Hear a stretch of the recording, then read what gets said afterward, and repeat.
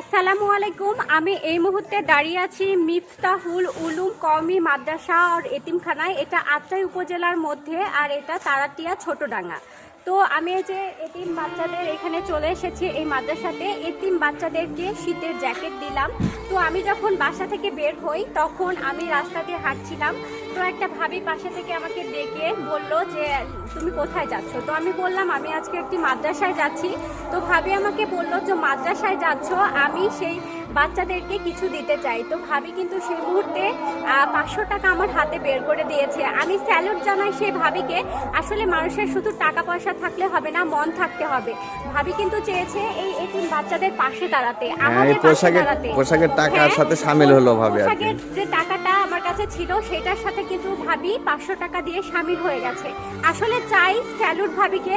এরকম আরো উদার মনের মানুষ যারা আছেন দূরে বা কাছে, তারা সকলে এগিয়ে আসবেন এবং পাশে দাঁড়াবেন, এবং এরকম অসহায় এতিম বাচ্চাদের পাশে এসে দাঁড়াবেন, মানবিক কাজে সহযোগিতা করবেন। তো আমি চাইবো আজকের ভিডিওটি যে যেখান থেকে দেখছেন অবশ্যই কিন্তু ভিডিওটি শেয়ার দিয়ে দিবেন, এবং এরকম মানবিক কাজে আপনারা সকলেই এগিয়ে আসবেন। আর বাচ্চাদের পোশাকগুলো কেমন হলো একটু জানান। পোশাকটি কেমন হয়েছে, তোমাদের কাছে ভালো লেগেছে পোশাকগুলো?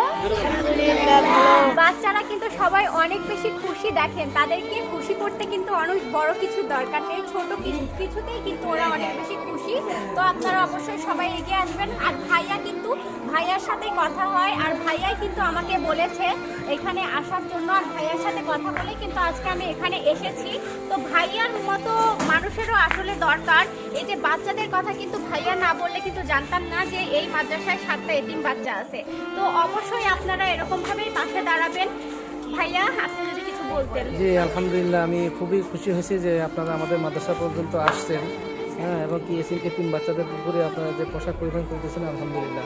হাদিসের মধ্যে আসছে, যদি কোনো ব্যক্তি বস্ত্রহীন ব্যক্তিকে বস্ত্র দেয় তো কিয়ামতের মাঠে জান্নাতের ভিতরে আল্লাহ তাআলা তাকে সবুজ রঙের পোশাক পরিধান করায়। এই জন্য ইনশাল্লাহ আমরা সকলে চেষ্টা করি এতিম বাচ্চাদের পাশে দাঁড়ানোর।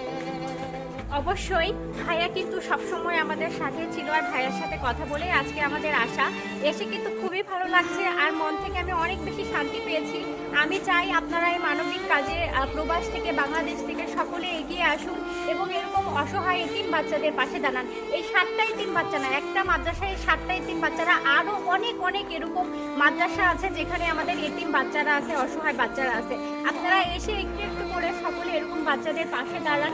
তাদের দেখেন যে মুখের হাসিটা কত বেশি ভালো লাগছে। দেখেন, ও কিন্তু মাশাআল্লাহ অনেক সুন্দরভাবে হাসতেছে। আমারও কিন্তু অনেক বেশি ভালো লাগছে। তাদের হাসিতে কিন্তু আমারও অনেক বেশি